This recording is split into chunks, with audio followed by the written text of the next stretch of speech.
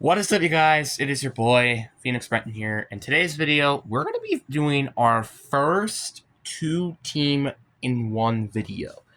The reason why we're doing two teams in one video is because one, I just don't want to double upload, and two, one of the teams in here, I don't really want to make its own video because it's all going to be very short and sweet. But before we get in today's video, like and subscribe. We're on the road to getting to 700 subscribers. Also, I have a playlist of every single team in the NFL on my channel, and if their team is not there, if your favorite team's not there yet, it's probably just because I haven't made the video yet. But anyway, enough said. Let's get into the video. And starting off with the Falcons, and I'm very curious to see how this team's going to go. First of all, they did not have a good offseason. I'm going to be honest with that. Probably your biggest signing is, Jordan Foyer. Oh no, I'm so scared. Oh no. But, seriously, though, they didn't really sign anybody during the offseason as I'm looking through the free agency. But they didn't also lose anybody major. Obviously, they lost Gary Jarrett, which is pretty sad, and Justin Simmons. But you didn't really lose much outside of that. And I guess Matt Judon to some extent. But again, most of those players are still remaining. So if they really want to bring them back, they can. If they really want to. But obviously, I think everything really comes down to is how good Michael Penix is going to do. Their free agency was not terrible, but it wasn't good either. But really, everything comes down to is just how is Michael Penix going to play? Because if Michael Penix plays very well, I think this team can do really well this year. If he doesn't do well, you're probably ending up with a top 10 draft pick. I wouldn't be surprised. Now, I understand you still have Bijan Robinson, which is probably the only reason why you probably won't get the first overall pick this year. But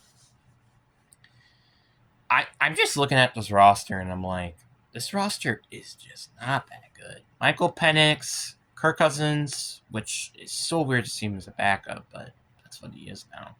Bijan Robinson, Tyler Algier, both very solid running backs respectively. Drake London, Darnell Mooney, and Ray McLeod are their wide receivers. Not big fan of Ray McLeod, I will be honest, but Darnell Mooney and Drake London are very solid. Kyle Pitts, you're kind of hoping for him to break out again. And your offensive line is still very good with players like Chris Lindstrom, Caleb McGarry, Jake Matthews, who's in his 30s now. So he has plenty of experience. And defensively, your front seven is still very concerning. Obviously, they drafted players like Jalen Walker, James Pierce Jr., but are we really expecting them to make huge impacts right away? I highly doubt it. And your particularly your defensive line, is garbage. So I'm very interested to see how that front seven as a whole is going to do.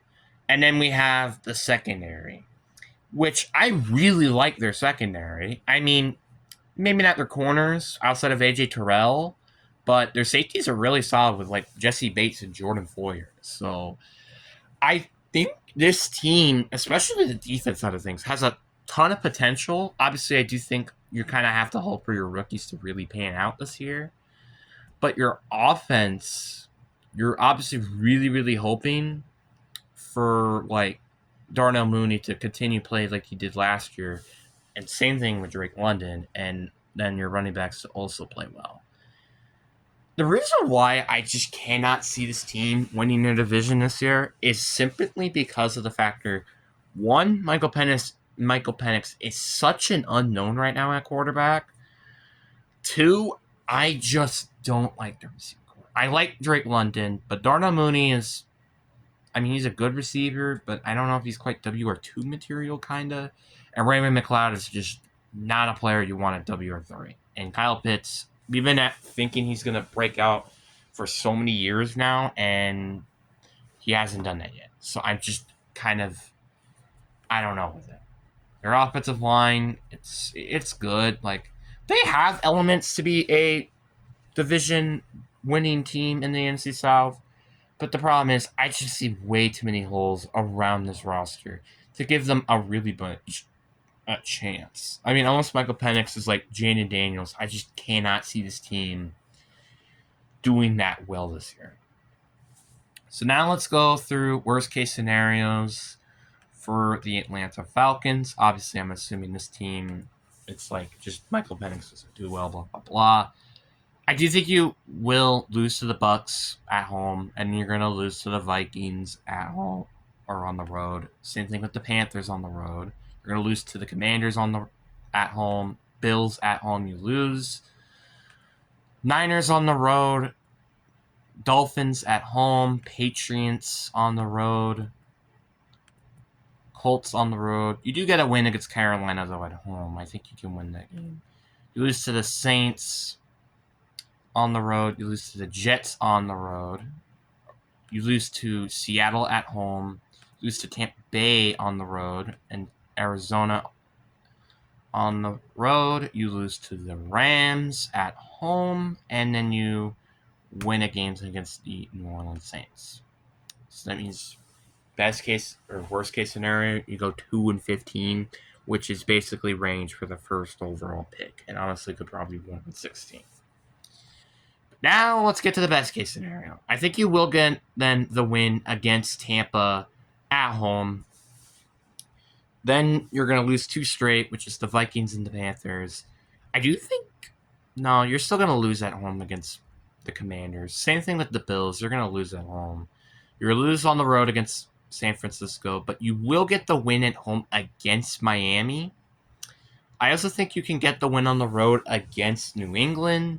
I think you could get the win in Germany against Indianapolis. And obviously, you also get the win against Carolina when you come back home. I think you will beat the Saints, so not sweeping them. But then you're going to lose to the Jets on the road. You're still going to lose to the Seahawks at home. And you're going to lose to the Bucks on the road. You're going to lose to Arizona on the road. You're going to lose to the Rams at home. And you still get that win. So, best case scenario, I have this team going 7-10.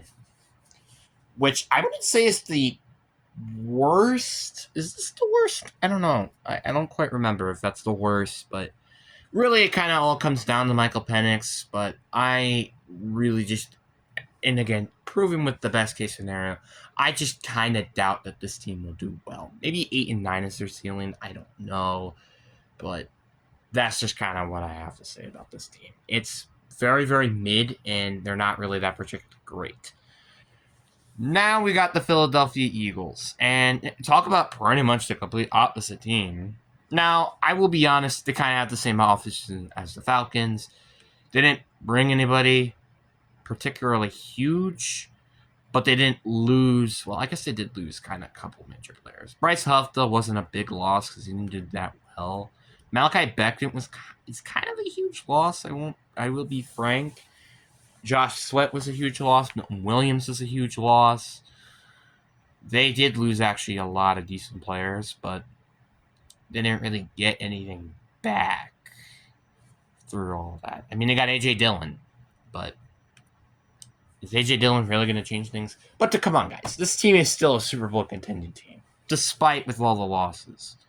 Like, you got Jalen Hurts, you got Saquon Barkley, A.J. Dillon, A.J. Brown, Devontae Smith, Dallas Goedert, Jordan Mailata. Well, a very good offensive line in general. Their front seven is still disgusting with players like Jordan Davis, Jalen Carter, Nolan Smith, Zach Bond, Nakobe Dean.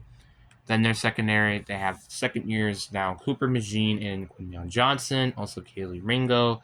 And then they have Reed Blankenship and I think a rookie in Andrew McCullough. Is he a rookie this year? He is a rookie this year. Yep, I called it. So it's going to be very interesting to see how this team will pan out during this season. What was their first pick again?